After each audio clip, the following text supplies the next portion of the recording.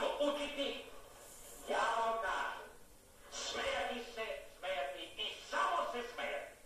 Evo, sad ću ja vama da ispričam jedan vic.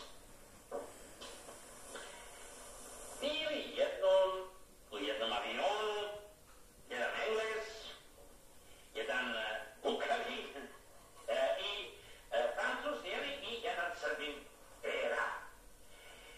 Sad ne znam baš kako je to sve išlo po redu, samo na kraju Srbin je bio najpametniji i sve je namudrio.